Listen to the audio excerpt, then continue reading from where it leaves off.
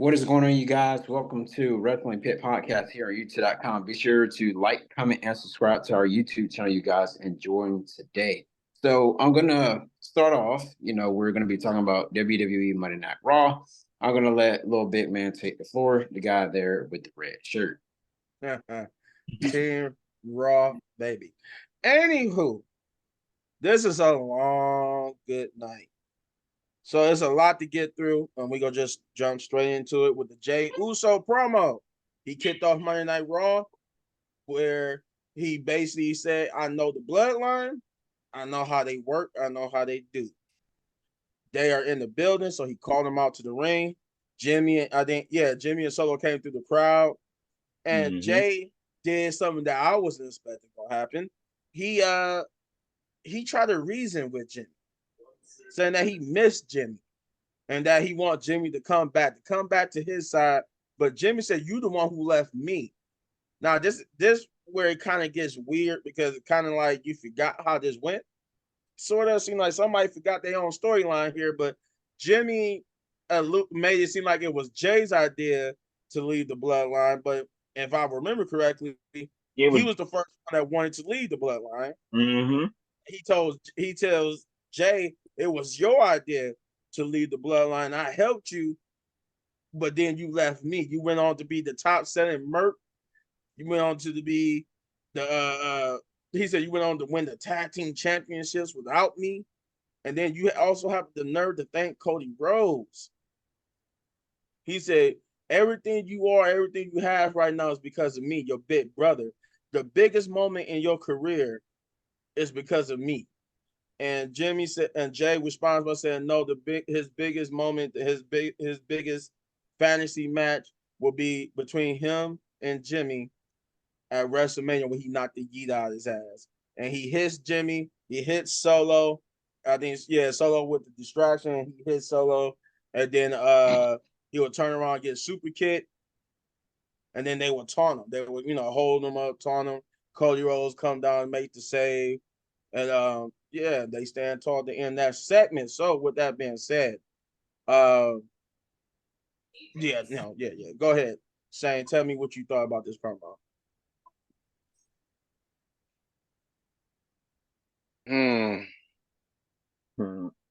It got weird at first. I was like, well, Jimmy, what are you talking about? Because you was the one that, okay. Again, I still don't feel like this match is important enough yet. Kind of getting there. Kind of getting there.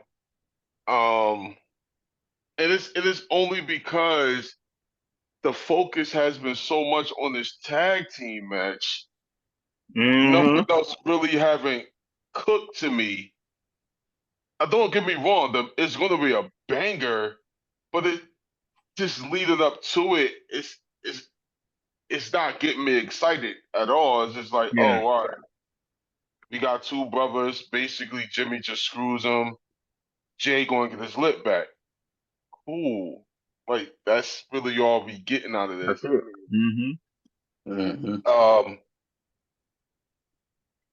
Hopefully Rikishi gets in the middle of it somehow. Then they can kind of cook. Did you see the person with the Rikishi sign when they saw where Jimmy and Jay went like face to face and yeah, maybe Rikishi could be like the referee. I wouldn't say referee, but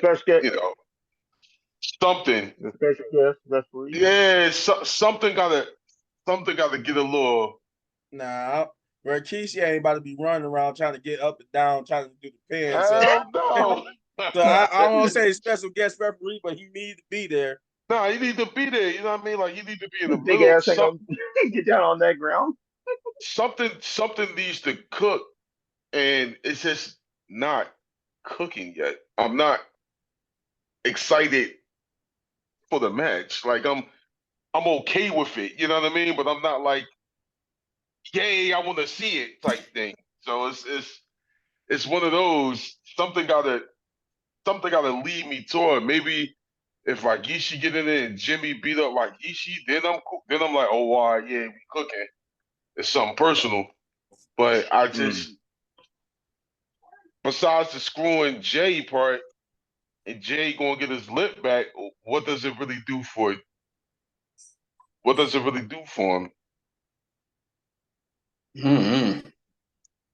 I don't know. Before I move it along, I forgot to mention, so I want your opinion on this too, sir, that under Triple H leadership, things have changed. They are doing things that Vince would never have done. One, we knew they could never do because of a lawsuit, which brings me to my point. Bret Hart sued WWE because of what happened with Owen. And Yeah.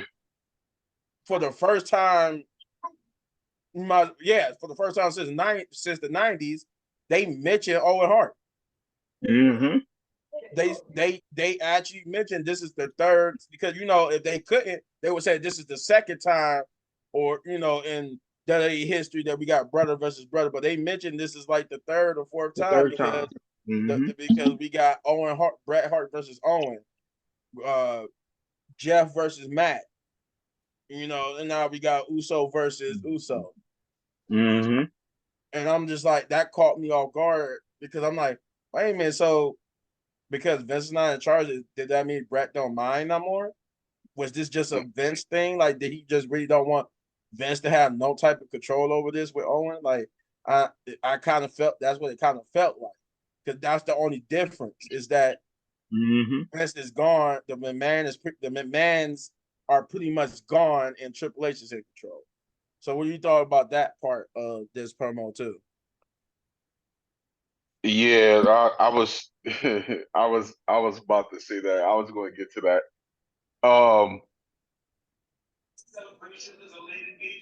I'm glad that they are acknowledging Owen Hart finally. And yeah, I think it was a Vince McMahon thing anyway. So it was a whole Vince thing, regardless. Um, it's just not cooking how I would expect it to cook. Yeah. It's, you know what I mean? Because what did Jay do back Nothing. to Jimmy to where it's like, oh, all right, we got something here? Because at WrestleMania, we kind of already know the outcome. Like I wanted it to be to where like, oh, why I don't know the outcome. Right. Jay gonna get his lip back. You know what I'm saying? Like that's really what this is gonna build to. Jay gonna win. Unless they throw the Rikishi wrench into it. But Chris, give me your thoughts, man. I've always heard that Jimmy and Jay, they always wanted to face each other, at WrestleMania. And by the looks of it, like Shane was saying, everyone is so focused on that tag match that no one is not even thinking about Jimmy versus Jay. So with that being said, sorry, I don't know.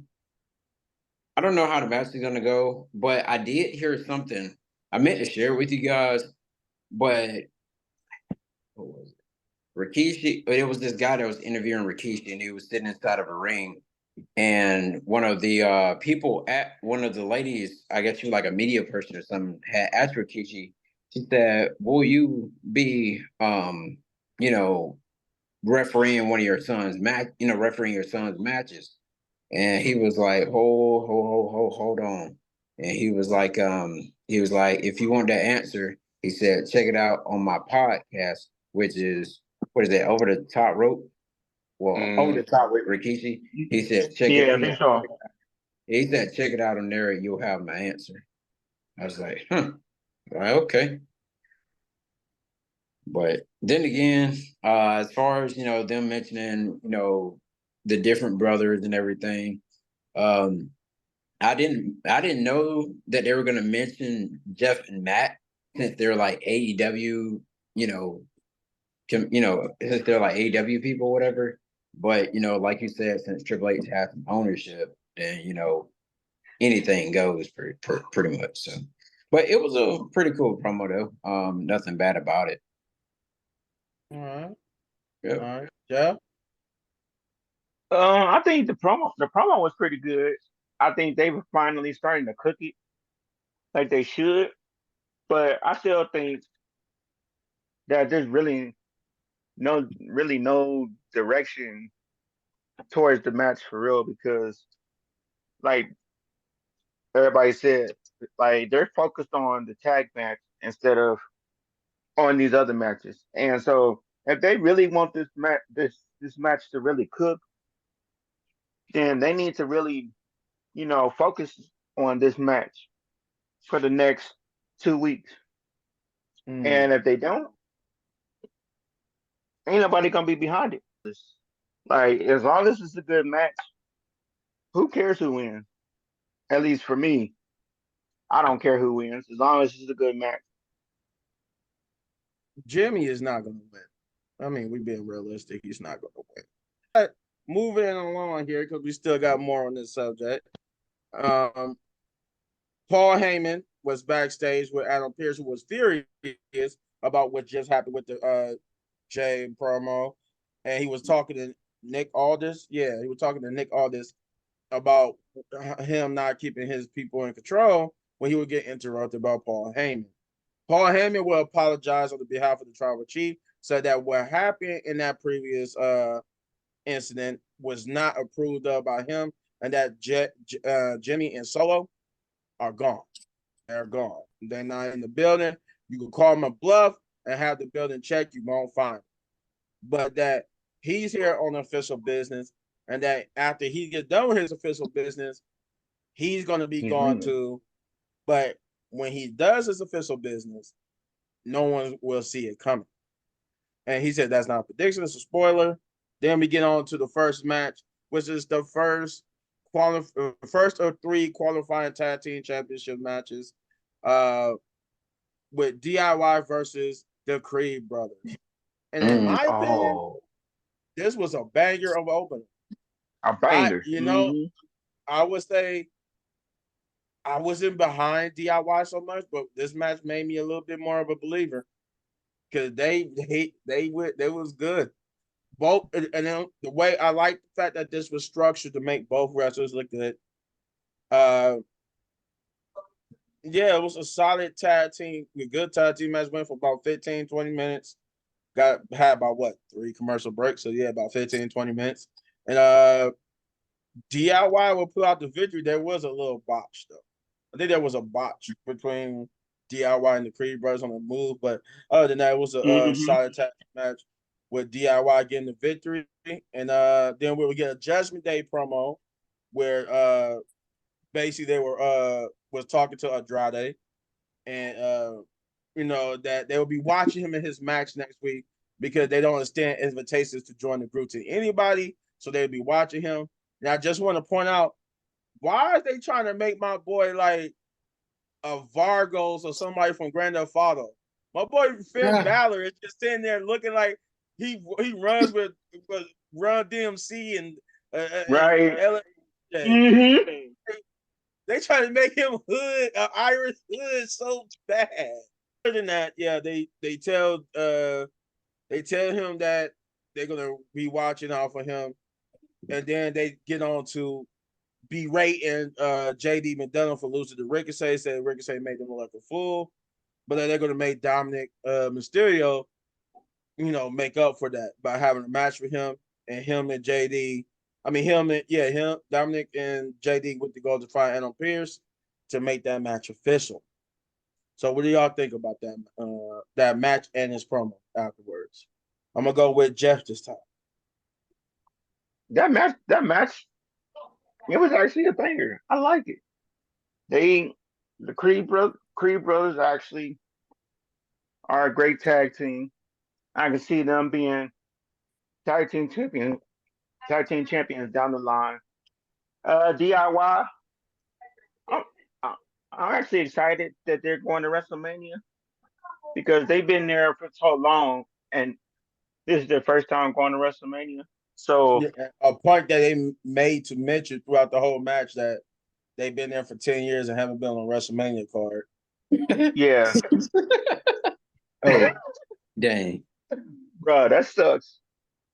But I want to see what they're gonna actually do. Like, I want them to. I ain't gonna say I actually want them to win, but I want them to do great in the tournament.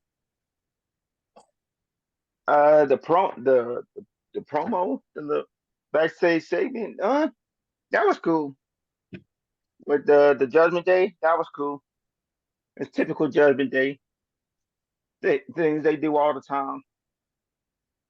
And they got Finn Balor. Finn Balor looking like a thug. All right. Go ahead, They Chris. got him looking like a thug. All right. So as far as the match there, it was a perfect match. I would have to say, the least. I already figured that DIY was going to win, even though I know Shane over there. You know, he doesn't like the Creed brothers. So, but you know, they're pretty good, and overall, good match. Like I said before, as far as that promo with the thing backstage, I'm trying to figure out what are they trying to do. Are they trying to get Dominic Mysterio? If Andrade trying to get Dominic Mysterio out of the Judgment Day, do you want to join in the Judgment Day? Do you want to make some changes to some people in the Judgment Day, or what? That's what I'm still trying to wrap my finger around to see what's going on there. And then I did notice another thing. We have not seen the Judgment Day come out to the ring in a good little while. All together. We have not seen them because it's been a month or two now since we used to see them all together coming out to the ring. But yeah, but anyways, yeah, that's what I'm pretty much focused on now to see what's going on there with that Andrade Judgment Day deal type thing. I will say this. There is a rumor. That's the rumor for Andrade's role and his direction right now is that I guess he's trying to work his way into Judgment Day to lure Dominic out of Judgment Day. Like, I guess he's, in a sense, I guess you could say he's working for his father. They're trying to get Dom out of there. But that's the rumored direction. Though things are still subject to change. But Shane, last but not least, go ahead and tell me what you thought of this opening match and this promo afterwards. Hey man, you ain't had to say I ain't like the Creed brothers. I mean, nah, it's not that I don't like the Creed. Wait, nah, it's not that I don't like the Creed brothers. I just think they need some type of personality. God damn, but for the match itself, that match was a banger. I mean, DIY is no doubt great, and Creed Brothers is also a great tag team. They so old school, and that's what I like about them. But they just need some personality. Golly, they need some personality. Personality. Yeah, they need something. If I think if they become a heel and a little bit of mic time, they'd be all right. They'd be all right. But for the match itself, I mean, golly, that was a banger though. Judgment Day promo, I would love to see where they're going with this whole thug with Finn Balor. I think it's hilarious. And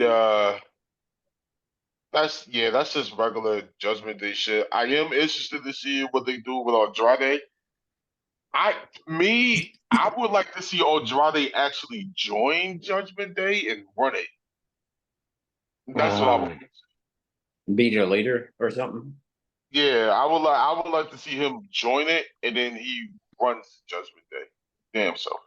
So we get to the second match of the night, which is Candice LeRae and Indy Hartwell versus Katana Chance and Kaden Carter. Now Oh God. this match wasn't much of a match, but it wasn't bad because it was meant to be that way. Because they were trying to tell a story. So for me, anyway, they get a pass. Now I would have they would have done a Nah, hat. Had they, nah, I they would have don't, been. they don't get a It would have goddamn been pass. better had they did an actual match and did what they did. But I don't fault them for that because I was more interested anyway than seeing the further descent of Candice LeRae, and we did get that here. Um, like I said, it was maybe like an 8-minute match. They did a couple of things. Then Indy would heart Katana over her, and Katana would kayfabe an injury, and they had to back her up. They was checking on her, and Indy didn't know what to do, so she pretty much just went to her corner like the referee told her. After a while, Candice would tag herself in and put Katana in the half, Boston Crab, and then modify it when she laid down. You got the tap, and then they get the victory. But the story here is that from the get go, even when they saw the footage of her messing with Maxine, Indy's been was indifferent. She did not like it at all. She was giving the disappointment look to Candice the whole match because she did not like what she did last week, and she didn't like what she did here. And as you know, she kept trying to get Indy to raise her hands with her, but Indy just looked like no, like you didn't have to do that. Like she's disappointed. But yeah, that was it. Oh, there was a little light taunting too. So I think she would kept taunting like in between trying to raise Indy hands. She kept taunting Candice. I mean Katana. Mm-hmm. Mm-hmm. Chris, go first. Yes, thank you. All right. So what I was gonna say about this match here, I had like a couple of questions about it. As far as the match, well, statement. As far as the match, I feel like they should have like Candice LeRae should have did the attack afterwards, like snatch her out the ring, put her leg behind like the steel step, something like Santos did to Rey Mysterio, and kind of just ran into it and stomped her or something like that. That would have made a whole lot more sense to actually do that. It would if Indy was on board. With Indy not being on board, how could you do that with Caden would have just stopped Candice? Right. Andy is clearly not on board with Candice's new behavior. So all of them would have stopped Candice from doing it. And question is, will Indy Hartwell get along with the program with Candice LeRae? No, I don't believe so. I believe this is. No. I don't believe because it's not like NXT. NXT, Indy went along with the program, but it seemed like this time around they trying to kind of break them apart. That's what I'm thinking. They're going to probably end that tag team and have Candice go on her heel run, and her first victim is probably going to be Indy Hartwell for not going along with it. That's what I Right. kind of see this going. Yeah, and probably attacking her doing something on the outside, or she tries to tag in like Indy or something. Well, Indy tried to tag in and then Candice jumped down or something like that. So like I feel like she'll go along with the program though. I'm gonna see how next week goes. I don't. The only reason why I don't think so because we don't need. We already did the way. Right. Yeah. We don't need that on the main roster. So Right. Yeah. that's the only thing that's going to lead to is just the way 2.0 on the roster, and we already seen that. So we don't got Dexter Loomis. I don't know where he's at, and then we of course don't got three in the group. Dexter Loomis is somewhere on the and back in Katie or Omos, which is a Probably. bad thing because I actually like Dexter Loomis. His character is interesting. They just Dexter Loomis, yeah, he's all right. He's not a bad kid. He's not a bad, but he's. Go ahead, Jeff. It's your floor anyway. This Candice LeRae thing. Candice LeRae, I'm actually liking her more and more. Like, huh? But everything she did. I'm gonna go back to what she what she did with Maxine, and then what she did this week. Oh yeah, I'm liking her for real. She, man, I can see her being having some potential on the main roster as long as she get away from Indy Hartwell. Not that I'm saying they ain't a bad team or nothing, but I think she need to have a singles run. And I'm not gonna say go after the title right away, but hey, maybe down the line she can go after the title and be a great singles competitor. But one the party girl getting hurt, I hate that she got hurt. Even though I don't think it's like a true injury. I think it's just storyline. But you know, It's definitely a storyline injury. Because but she didn't do anything to really hurt herself. It was just for the sake of furthering Candace's story. yeah. But all in all, that match was good. It was longer than I it was Well, longer than I expected it. But yeah, all right. All right. Shane? Hmm. Oh boy. Um. he said, "Oh boy, I don't know why y'all went. Jesus. I'm gonna keep saying it every week until I see an improvement in this women's tag team that they need more fucking time. So until then, none of this even matters to me. Like, first of all, I'm cool with the Kansas LeRae turning heel, but Indy Hartwell is our first rivalry. For what? They wasn't even a big enough tag team in the beginning. The crowd wasn't exactly." behind them. Nobody wasn't behind them at all. So they not a big enough. They not even used properly enough to where people was going to care about the rivalry in the first place. So no, that is a bad idea. Indy Hartwell might as well go with the program, and she might as well be a heel with her. Now, how do you do that?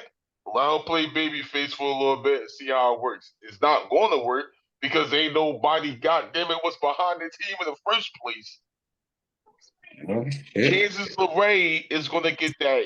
Kansas LeRae, if she keep doing what she's doing, again, she needs to get some type of heat on the top babyface. And I'm gonna let this one cook with Kansas LeRae though, because what she's doing is great stuff right now. So I'm gonna let this cook, Whoop but that. they need more time. And if I can get it after WrestleMania, I'm fine. But until then, I will complain every week until I see past 8 minutes. All right. Well, shifting gears. Uh, they did do a wonderful promo for Bray Wyatt. They talked about his documentary by way of having his brother Bo Dallas come Yes. on and say that they're gonna be doing a documentary on him. I forgot what the title of it was, but I know he said that his legacy and everything will live on in the WWE. And so I thought that was pretty wonderful. And I hear that Undertaker is going to be doing some narration for it. So that's kind of that's beautiful. It's beautiful RP Bray Wyatt. Now we shift gears again to the finally aggressive Cody Rhodes. We got the Cody Rhodes promo. And I like this because I want to put this out here. Cody Rhodes promo was basically, if he did it without directly saying it, but everything he said was to what's going on backstage. the disagreement with the talent about The Rock being able to cut non PG promos. He's cutting era promos, and everybody's been sent this memo saying that they got to stay on PG, but they had to let Cody Rhodes go off a PG script because how successful The Rock has been cooking people with his non-PG promos. So they like, damn, we gotta let Cody Rhodes do it, but nobody else does it. So Cody Rhodes promo was basically like a shoot promo because he didn't. It wasn't a normal promo. He talked about a lot of different things. He got on there and said that he said that The Rock called himself a heel, and we're not stupid. We know what a heel is. A heel is the bad guy, and he said, and he named like a whole bunch of list of people that was better heels than The Rock. And then he talked about how The Rock talked about his mother, and he said that my mother is not scared of you, Rock. I was more scared than my mother would have. This is the same woman who jumped over the barricade. I think he said, was it Willie Nelson that he said? He said No, some type of it was the undercover cop at a Willie Nelson concert. She jumped over the barricade at a Willie Nelson concert and beat up an undercover cop. She ain't scared of you, Rock. And then he said, you got the nerve to talk about me crying. So he said we can't cry because we all know we're not supposed to cry during promos and stuff. And I guess he mentioned the guy who made that rule that you don't cry during the promos. I can't remember the guy's name, but he said, but ain't you the one who's been behind the scenes whining and bitching and complaining? And I'm like, oh, all right, here we go. He's turning the volume up now. Here we go. He said, you've been the one bitching and whining and complaining about what was been going on. He said, when you told me to do that, when we said this was going to happen, you went back, oh yeah, this is going to be good PR for me. This is going to be good PR. He said, until it wasn't. And then he questioned The Rock on what Rock we will see at WrestleMania. We're going to see the great one, the People's Champion at WrestleMania, because you haven't been in the ring in a long time. You haven't been in the ring like we have. So what Rock are we going to get? We're going to get the great one Rock, or we're going to get Little Dick Syndrome Rock. and then before Paul Heyman comes out, he says that Rock is nothing more than Roman Reigns' side chick. I would prefer him to say side bitch, but he said side chick. Then Paul Heyman comes out, and his official business is that this face-to-face that's supposed to happen between Cody Rhodes and Roman Reigns on Friday Night SmackDown, he wanted to tell him that no one will be out there. It will just be free of bloodline, it'll just be Roman and Cody. But only if Cody agrees to the same thing, that he don't show up to SmackDown with backup and stuff either, which I believe Jay and Seth will both confront him about in two separate times later on tonight. And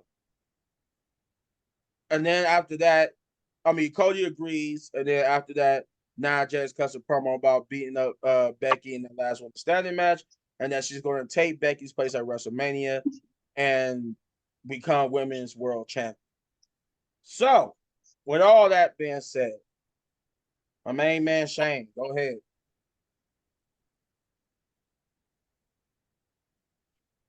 Finally.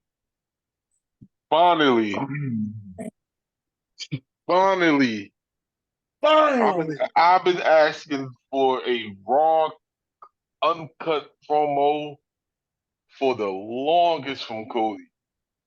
Before you continue, though, keep in mind that's because they couldn't. They was forced to let Cody do this type of promo. So now we know why he couldn't make these type of promos, because he really couldn't. Yeah, because they said the memo said they can't make any type of edgy promo, even on social media. They can't even do what The Rock did on social media. See, they can't do it on TV or on social media. And this is this is what I meant when I said a couple shows ago that they making Cody look like a chump. Mm-hmm. Even when John Cena did win against The Rock on the mic, John Cena stood strong as a babyface, and Yeah. I mean he was getting cheered and booed, but at the same time, John Cena even looked as strong as a babyface. Mm-hmm. Sometimes you gotta cut the cord, and this was the time. Exactly. If Cody's gonna be this next guy, and he's definitely getting the John Cena push. He is. Y'all gotta let this man let loose. Gotta This let was him the cook. time, and god damn, this was good. This was good. I mean, I kind of knew what he was going to say, but it still was delivered good. And not to jump ahead for Friday night, but Cody need to cook Roman Friday night.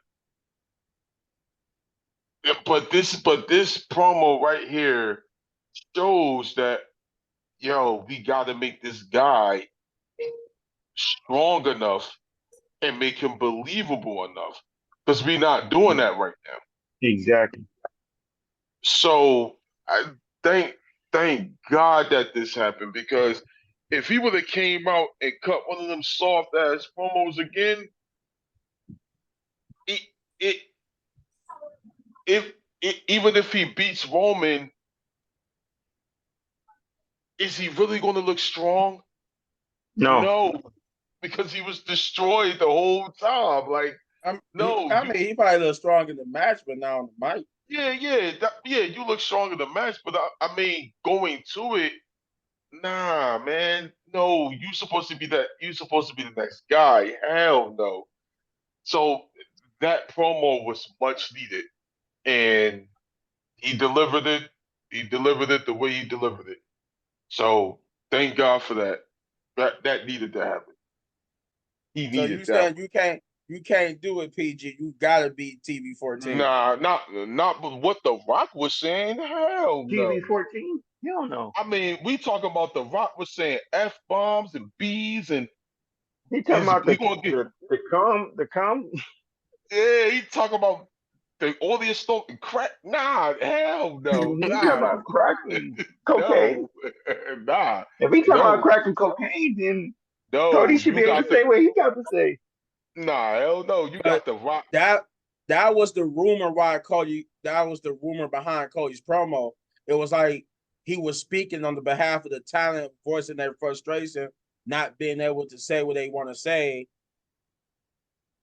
because they got to be shackled to this PG-13 while the 13. Rock, PG-13 while the Rock gets to go TV 14. Yeah, Yeah, he's the exception to the rule and because he's that's the what I'm boss. saying. And that's what I'm saying. That's why I said this promo and Cody letting out the languages needed to happen. It Yeah, and that's what needed I'm to saying. happen. Seth That kind of leaned into that too, but that's later on tonight. But Chris, go ahead and tell me what you thought, man. I just thought it was a pretty good promo. I didn't expect most of the stuff that Cody Rhodes said. And I was like, what? I was pretty much shocked about it. It was a good promo overall, and hopefully they'll let Cody Rhodes do this on SmackDown. But the problem is with SmackDown, Fox, they kind of bleep out everything. They do. That was yeah. the other thing too, was that Yeah. Fox approved of what Rock was saying. It was just that they had to send it in so they know when to bleep it. Yeah. Mm-hmm. So when you go back and rewatch it, it's gonna be bleeped out on He's YouTube. gonna be So bleeped out. Yeah, yeah. I mean, that's another you can't thing that say that stuff on YouTube. that's why they're moved from Fox as well. But Because yeah, that was the rumor that the reason why Rock could say what he said on SmackDown because Fox already approved it. They just need to know what he was gonna say. So when he said it, they know when to bleep it. Mm-hmm. On live TV. so that Yeah, he just say it without them bleeping it. that's my only problem with Fox. But overall, the promo, as I said before, it was good, and some things I didn't expect him to say, but it was cool though. All right, Jeff. For me, I think this is great. Like for Cody, he needed to say what he said because, like, to be honest, The Rock been cooking him on the mic since day one, since they started this whole feud, and it's just like I'm not gonna call Cody a crybaby, but he's a crybaby. I'm just gonna put it out there. And with Cody crying like he did, even though that was last week, but still, uh, he still. Uh, I'm not gonna say he's a chump, but at the same time, the Rock the Rock should know his limits and what to say and what not to say because you know even though it's scripted, everybody can take you know people talking about their mamas or their daddies or even their pets. Like that was cool well, I'll talk about that later. That's the later on down the line. But anyway, um, but yeah,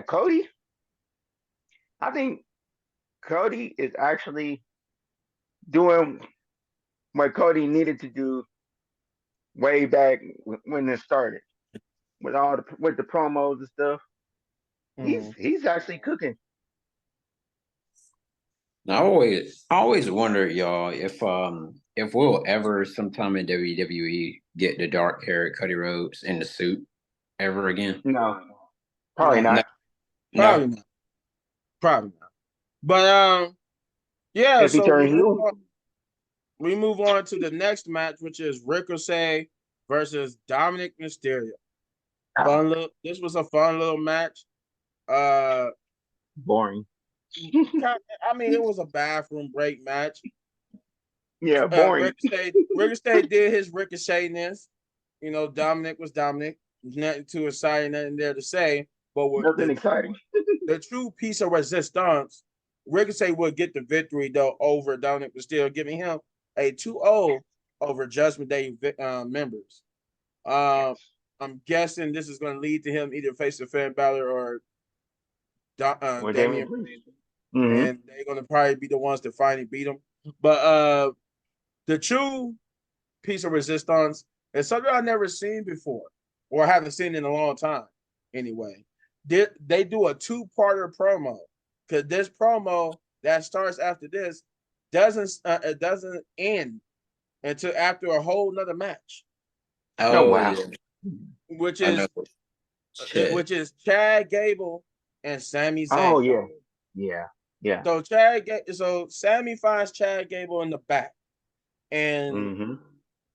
he wants to talk to him, wants to tell him to thank him for pushing him to his limits, but Sammy knows something's off with Chad because Chad just like yeah, you're welcome, but he's like no, just you got something on your mind because you seem like you're not really trying to listen to what I'm saying. So what's up? And he don't want to talk about it, but Sammy finally goaded it out of him, and he said this match.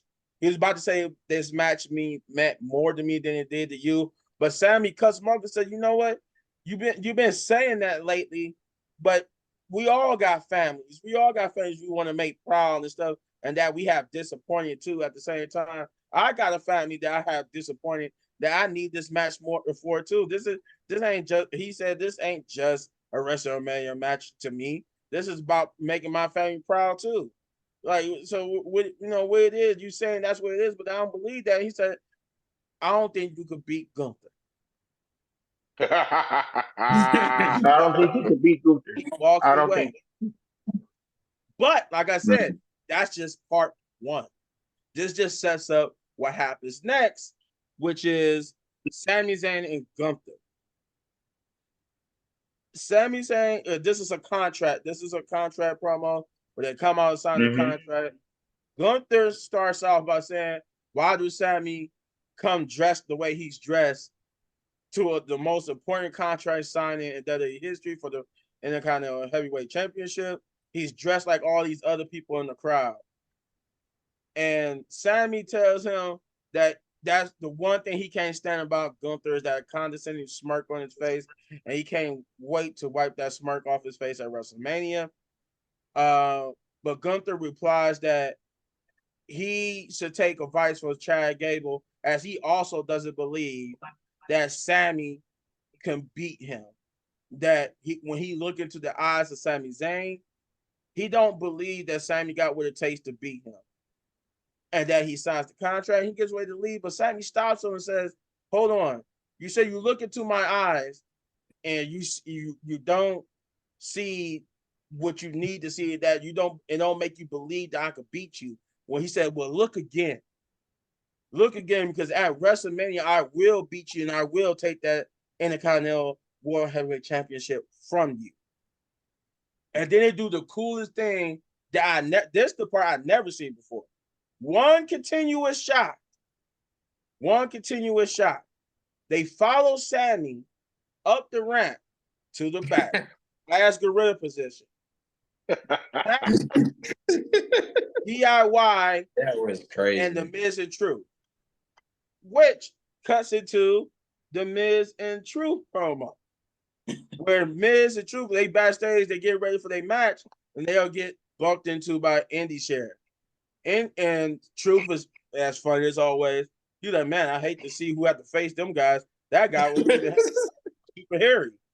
And and Miz is like, DIY is like, Truth, that you got, and Miz like, no, I'll tell him. Miz, he like, Truth, come on, we gotta go. So in this one continuous shot that follows Sami Zayn, the cameraman that follows Sami Zayn all the way to the back past them, now follows them right back the same way Sami Zayn just came back past gorilla position out into doing their intro. I never seen them do that before.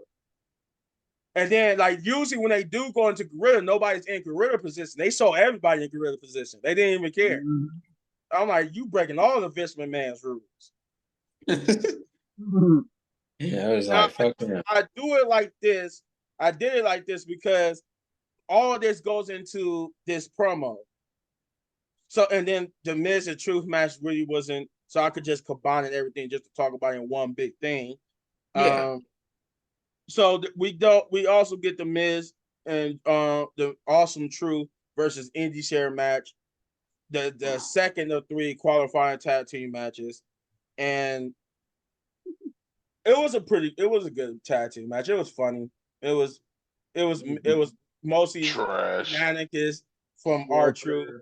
I did like the tag team finisher that Truth and Miz did, and they would comically get the victory because the not Veer, because they did the tag team finisher on Veer, but the other guy would elbow R-Truth, and R-Truth would accidentally fall into the cover to get the 1, 2, 3, and they qualified for the I forgot to mention this too, guys, that unlike SmackDown, whoever wins their tag team match, they automatically just in. SmackDown is the only brand that's doing a bracket thing to determine their 2 tag team that's going to be a part of the 6-pack challenge. All three people who won a match on Monday are automatically in the WrestleMania. Why? So DIY and Awesome Truth joins Damian Priest in them. And then we got New Day and them later on in a minute. But to continue on from there, then we get Sammy and Chad part 2. And we seen that's where Sammy was going. Sammy wanted to find Chad to confront him, and he says, "Do you see that out there? Do you still believe I can?" He was like, "Yeah, you was good. You talked a good game, but I still don't see it." And he's like, "Why? I need you to explain to me why you don't believe I could beat Gunther." And he said, "Because the way you wrestle where you wait for a window of opportunity and then you weasel your way through that window to get the victory. But with Gunther, it's on a whole nother level. Gunther is a mental battle. Oh, we lost Jeff. Gunther is a mental battle. And with Gunther, he's not going to give you that window of opportunity. So you're going to have to wrestle in a different way mentally. You're going to have to wrestle in a different way mentally if you want to beat Gunther. And if you can't do that, then no, you cannot beat Gunther. So with that being said, there's a lot to talk about here because I covered 2 promos and them 2 matches. So with that being said, I'm going to hand it off to my main man, Shane. What did you think of not only from the Ricochet match up until this second part of Sami Zayn's promo? Which means, tell me what you think about Ricochet, Sami and Gunther, R-Truth, and the R-Truth match, and plus Sami Zayn and Chad too. The Sammy and Chad. The first part of Sami and Chad. Shout outs to Chad Gable for saying what he said. Like, yo, you can't beat Gunther, nigga. Like, what was we talking about? Like, no.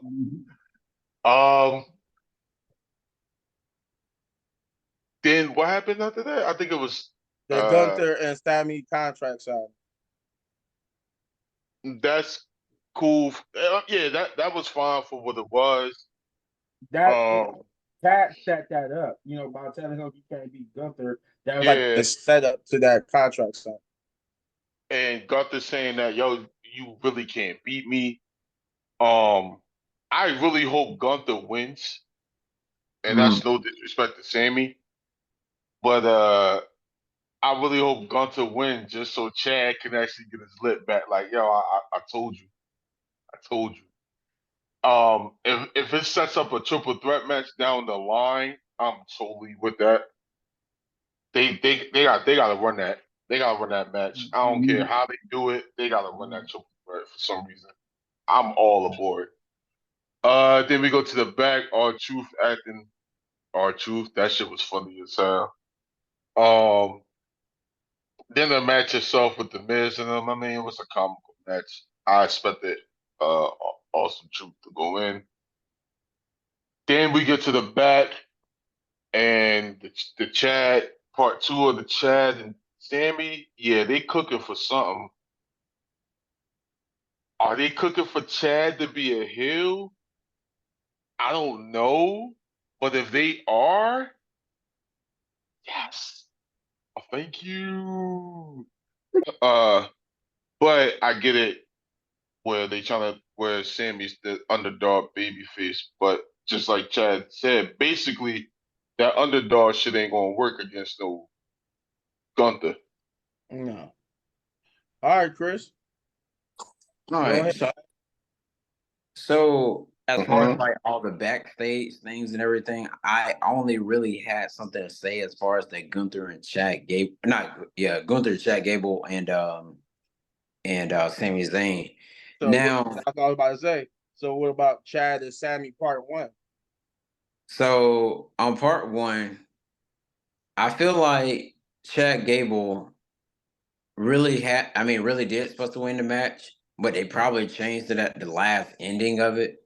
Well, toward the end, and said, "Hey, let Sammy win." But at the same time, Chad Gable hasn't held a single title yet, and this would be perfect. Like, as far as like they were talking, he was talking about family and all that.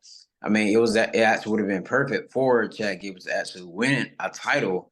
For the first time since he's been in WWE. But Sami Zayn, he didn't have multiple, including tag titles. And so, I mean, it was on it would only be right to actually let Chad win, but it is what it is. But and then what was the next part? Then you got the Gunther and Sammy contract signing. All right, that right there. That contract signing, it was an okay contract signing. It really wasn't an actual contract signing, I would say. It was just more so of let me hear what you got to say type thing. And then we go back to the part 2 of the Sammy and Chad, right?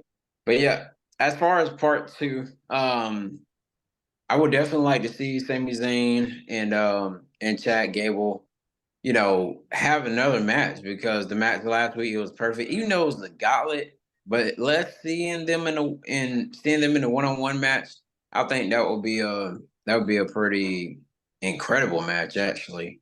I have to say the least.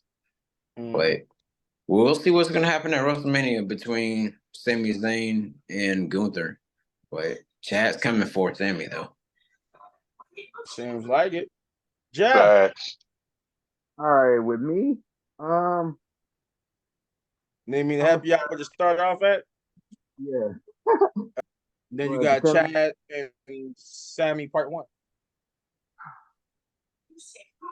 that's just that was great. Like, yeah, Chad Gable said the right thing about Sammy can't beat Gunther and stuff like that. And I think, to be honest, I think it's gonna be a triple threat. I'm just gonna put it out there. It's gonna be a triple threat at WrestleMania. Oh, Um, God. Not a triple threat. it's gonna be a triple Just threat. because if you was gonna have Chad in there, just let Chad be in there. Like, why would you even go through the process of having a triple threat? Yeah, You know. that's true.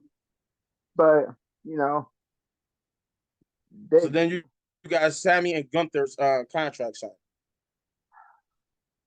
oh my God, this contract signing, I think it was just a waste of airtime for real. Cause it wasn't really no real, it wasn't no real contract signing for real.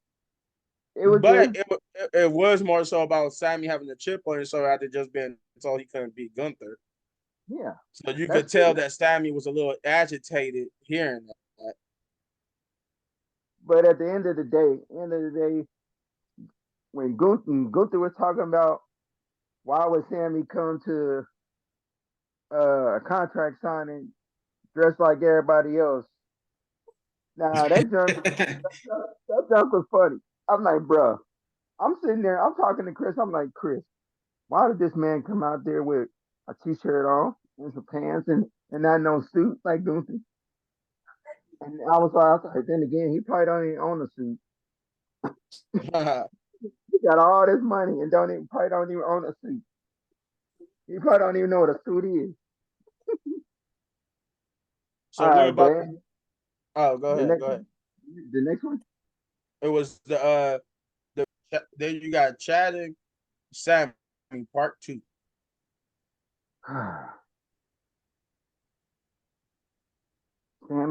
Sammy. Oh man, this is like I said before, triple threat. I'm just gonna leave it at that. It's gonna be triple threat, triple threat. I'm calling it now, and I'm sticking with it. Too late. It's too late to make it a triple threat now. Huh? Not this close to WrestleMania. Ain't enough story. Enough time to tell the story. It's too late. I don't think it is. And then that would be the worst decision ever. Because then you're basically saying we wanted to give it to Chad, but he's not a big enough name to be by himself at WrestleMania with Gunther. So we had to put Exactly. Sammy in there to sell tickets.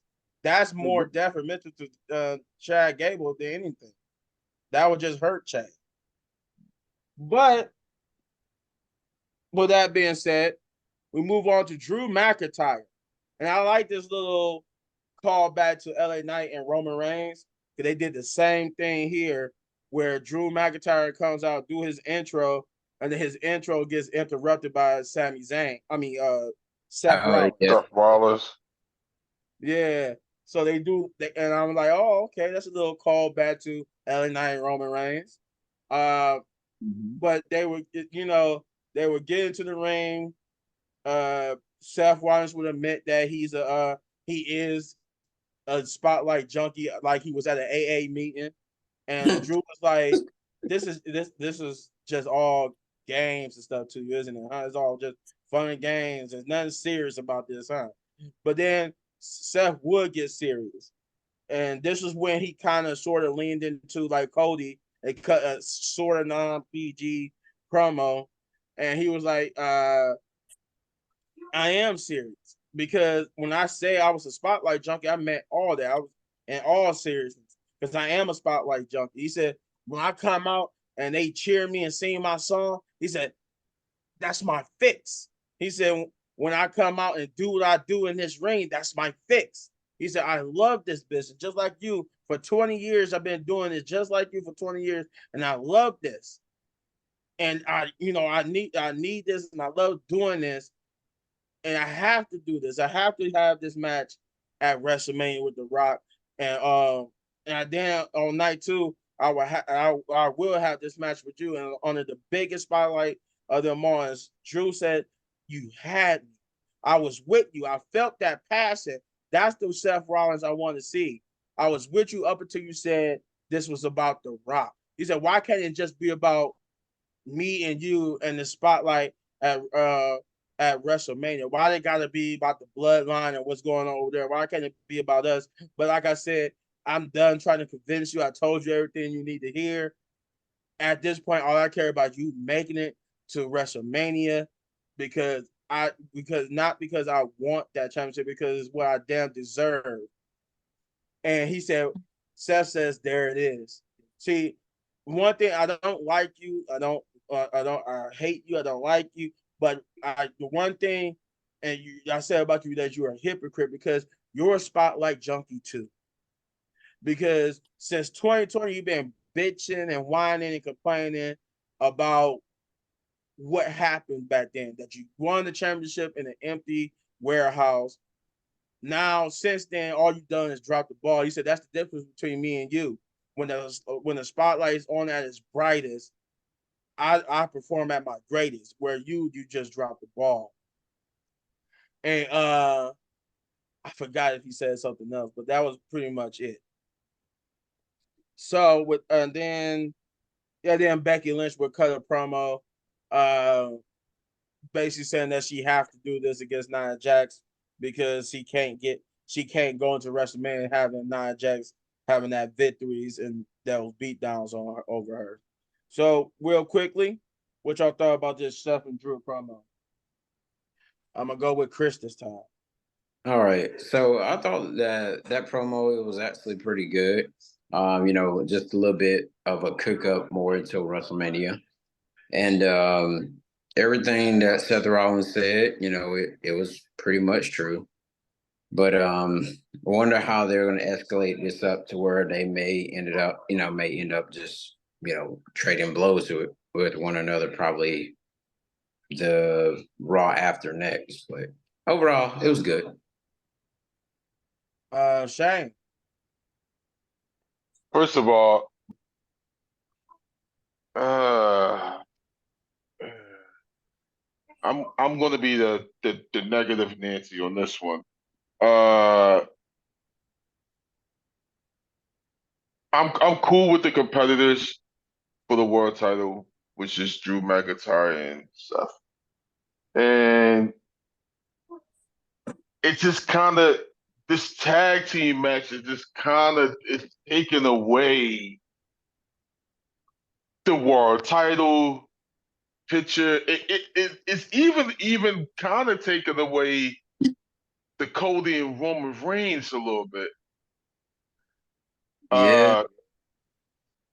It just makes the world title again feels, and when Drew said, "Yo, why can't it be about us?"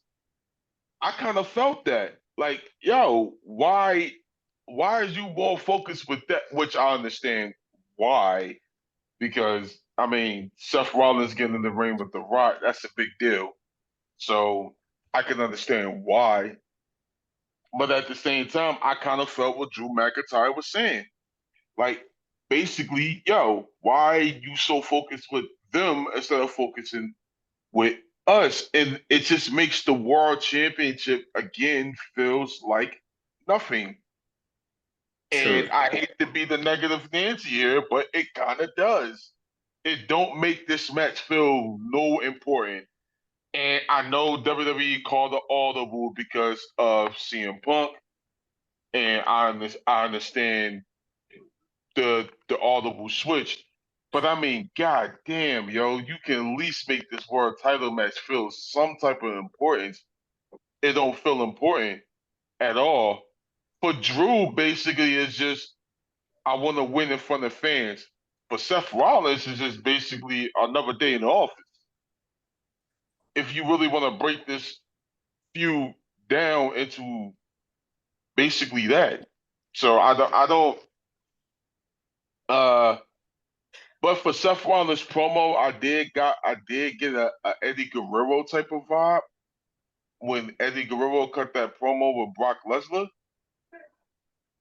When Eddie Guerrero was going after the WWE Championship. The only difference here is Seth Rollins is the champion. So I kind of got that vibe out of it. So that was some good stuff. Other than that, man, it's just sad that every other match don't mean as important. It it really don't. So Yeah, I agree with you. I agree with you, Shane. If you got us muted, buddy. Oh, oh. I think it was okay. Um, they just they they ain't got much more time to cook this match for real. Like Seth's promo was cool, but at the same time, it's just like he's still focused on his tag match instead of on the match against Drew. Like if he really wants to keep that title, he needs to have more focus on his match against Drew and not the tag match. To be honest, um, but overall, it was cool. But at the same time, I can see that Seth Rollins is not going to keep the title. He's not mm-mm. at all. The way they pushing Drew and when Drew does win the title, he's gonna resign his contract if he hasn't already. He's gonna resign that contract. All right. I can't. Before you move on, I can't wait to see what happens in Chicago next week with Drew and Right. Punk. Yeah, Drew. All right. Yeah, because that was to me um that was Otis and Cesaro moment. No, I do have something else though. If you would have at least put Imperium in the match against New Day, or put Imperium in the match against Yeah, that's all I'm about to say. yeah, I have not seen those guys. So yeah, if you would have put them in that match, that would have kind of made the match a little bit more interesting. Nah, I It, still think that was Otis and Cesaro moment. I think Nah, the fans was behind Cesaro like yeah, all the way. and that's why since they lost, they end up appearing up on NXT trying to get a tag title shot. Yeah, man, like for oh my god, yo. Shut up, Chris. I'm Oh sorry. my god, bro. Then we go on into the main event, which is the last women's standing match, which was a fire of a match. That was a banger. I I love like that. this.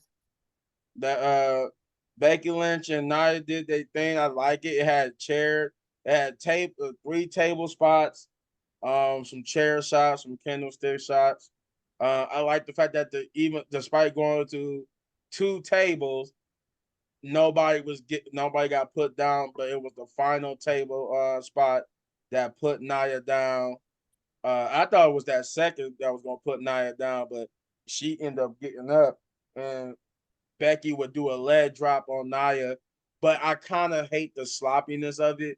How we fought to just believe that Nia was so loopy that she just couldn't figure out where she was and laid out on the announcer table.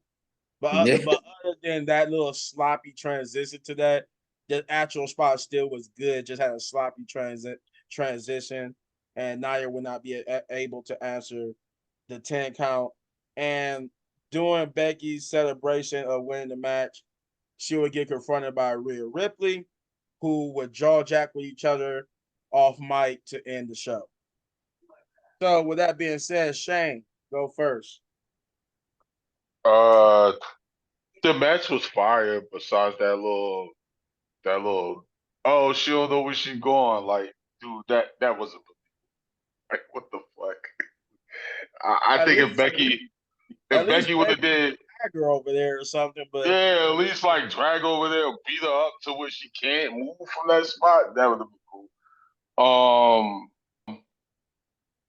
But the whole again with the oh my god with the Rhea and Becky, why do we got to keep doing this traditional? I come in the ring and raise the title when we get face to face. I get it. It's for a camera shot and whatever the case may be. So when they show the video package, but my God, why are we keep getting this? Like, yo, it's that is so annoying to me. They get But paid. overall, I think the Nia Jackson and Becky was definitely fire. So it was a good match. Chris. All right. So I thought the match was a pretty good match. But one thing that Michael Cole had said that Becky Lynch had brunch at the White House, and also she's a official United States citizen, which I thought was which I thought was pretty cool. Oh Because yeah, that was cool. Yeah, it was he says she because passed her test to become yeah, a because you remember Becky, they always said she had to go, they couldn't have her on the show or something, that she couldn't make it, and then she had to go back and renew her license thing or whatever. Yeah, Visa. Yeah, well, yeah, the visa. So I thought that was actually a pretty cool moment. That she's a official United States citizen now. But overall with the match, like you guys pointed out, where Nia Jax, just ended up turning around and just laid on the table, knowing that Becky was gonna go ahead and hit the leg drop. And I agree with you a little bit, man, where you pretty much said that, you could have like beat her down or something, and then like kind of angle her some kind of way on the table, then went to the top rope, did a little finger gesture, leg drop like that or something. But overall, the match was pretty good, and I'm glad that they let the women have a main event match. I think again, yeah, again, because they did it on SmackDown and they did it on Raw, so it's good. But the one on Yeah. Raw was better than the one on SmackDown, though. Of course. Of course. Ah man, that match was good. I liked it. Um, the thing with Nia, like everybody said, with the with her just falling on the announce table, that was weak. Like, what was the point of that? And then the thing that Shane pointed out with Becky's foot, man, ooh, that was nasty. I was like, man, I hope she's not seriously injured or whatever, because if so, she's not gonna win that title. She's not gonna win that title at WrestleMania. Uh, but that is just like, ooh, that made me grab my foot. Like, man, something like that. And then with Chris talking about her becoming a U.S. citizen, Michael Cole talking about that. Shoot, that's a great accomplishment right there for her to become a U.S. citizen. Like, I applaud her for that. Like, her passing her test and everything. Now she now she ain't gotta. Finn Balor and Drew also passed their test. Mm-hmm. Mm-hmm. But yeah, that's exciting though. But that is all. Before we go, we're going to get the verdicts. Chris, tell me what you think, man. What's your overall for the tonight or yesterday's show? I would have to give it an 8. But MVP from Monday night will have to go. It will have to go to Cody Rhodes for cutting a good promo this time. Jeff? I'm gonna give it. Let's see. Yeah, I'm gonna give it an 8. It was better than SmackDown. Cause you know what I gave SmackDown. But anyway, MVP. Let's see. Yeah, I would say MVP to Cody. Shane? Rock is a cat. Uh, ah, I give it. I give it a. I give it a 7. Um. MVP. MVP is definitely Cody. Match of the night was definitely the opener for me. I agree. Same thing with me. Same thing with me. I give it an 8. MVP was Cody, but that match of the night had to go to that opening tag team match. That was fire. It's That so if hard. not, it was close too. It was close. I almost said it was Becky and Nia, but that opener was just that much more, just this much more better than that. But yeah, 8 for me. It's an 8 for me.